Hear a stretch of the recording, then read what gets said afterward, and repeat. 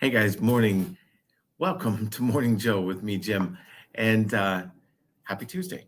Um, it's very interesting what a market we're in. From a year ago, it was wild. A year ago, people had real trouble getting their offers accepted. Right, there were lines out the doors at open houses. You had to wait to get in. And then there were 8 or 12 or 23. I heard 23. That's the most I've heard. 23 offers on one house.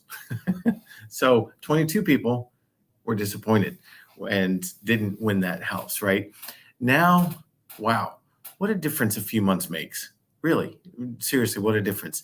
Now it's like, yeah, there's multiple offers on some homes. Don't get me wrong. It's still kind of a seller's market, but oftentimes you can get your offer accepted on the first home that you fall in love with, that you love, and you can even get closing costs paid, which was unheard of this time last year. Now, the downside is, and the reason you can do all that is because rates are higher, right? Mortgage rates are up. They went up again yesterday. It's no fun. I don't like seeing that. It's not great. However, there's a silver lining to all this.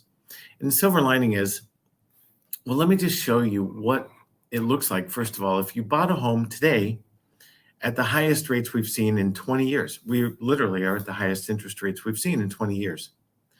And so what if you buy a home today? You buy in Charleston County at $400,000. And that's just, I'm just hitting a number there, right? So let's take a look at it. The median rent for someone buying that size home is about $23.84. Now it's calculated based on a bunch of data. So, your rent may be more, maybe less, right? And what I can do if you're in the market for a home is do this same scenario, but with your numbers, your purchase price, what you're paying in rent, etc., what interest rate you would actually get, etc. And I'd love to do that. It's worth doing. But here I said you bought a $400,000 home and you got a 7% interest rate, right? 7, high, nowhere near 3.25 that we would have gotten last year. And so here's your rent, $23.84. You also have renter's insurance, and your rent goes up every year. You know that. It's gone up every year, and it will continue. So if you buy the $400,000 house as opposed to renting, and you stay in the house for 9 years, you live in the house for 9 years, which is 10 is about average these days, your cash flow will be restricted, right? Because the interest rate is so high, 7%. So even though your rent is going up every single year, it does eventually catch up and surpass the mortgage payment. It will, but it'll take a few years to do that. So all in all, over the course of those 9 years, you've spent almost $12,000 more on the house than in rent, right? Not good, not fun, except when you look at the rest of the numbers. And this is where it gets interesting. And this is where you have an advantage if you broaden and look at the numbers.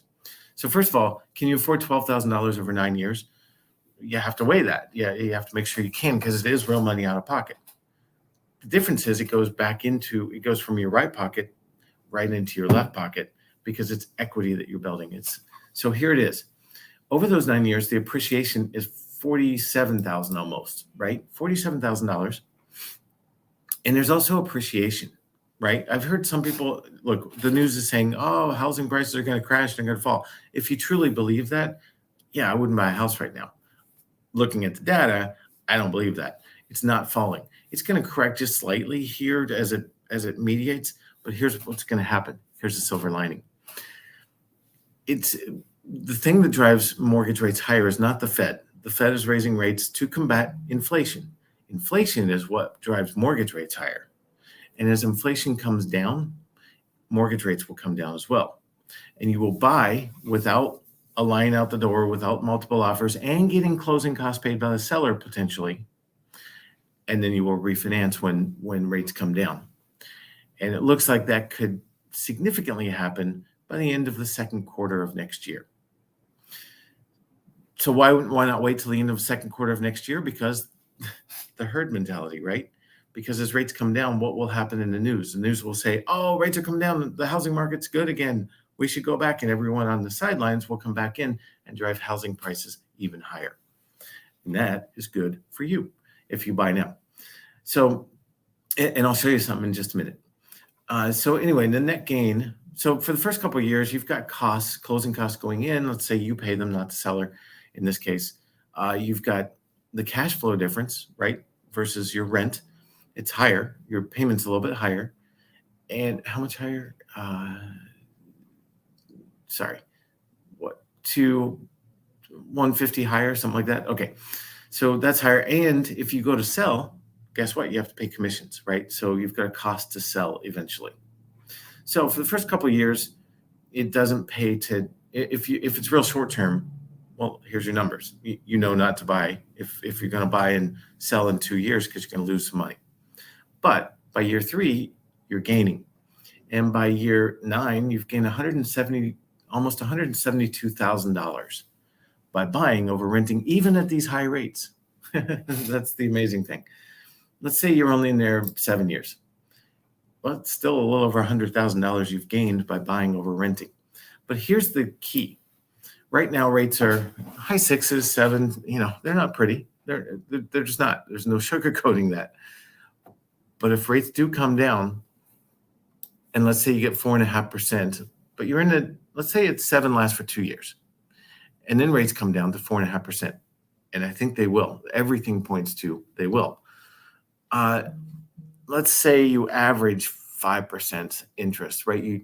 You're at 7 now, you refinance at 4.5, but you were in 7 for a couple of years, and you average 5. Well, look at this. All of a sudden, cash flow just got a whole lot better. You're no longer negative. You've bought the house and locked in the price, but you're no longer negative on cash flow, and you're still gaining a lot of appreciation and amortization. So is now a good time to buy? If I were in the market for a home, I would rather be in the market right now than a year ago, because a year ago, so many people got beat out on and got discouraged because home after home after home that they put offers on, they didn't win. And now it's not the case. And if you can get closing costs paid by the seller, it's even better, right? Because we know that the opportunity to refinance from today's high 6s or 7% rate or whatever you may qualify for is coming, and the chance to refinance and be at 4 or 4.5 or something similar to that is also coming. I know I went long in this one, but I'm just excited about this. It's for those who look at the data and look forward and don't just follow the news media. There's a real opportunity here, and I'd love for you to take it. I hope if you do decide to jump into this market and take advantage, that I can help you with the pre-approval and the home loan, because that's what we do. Have a great day.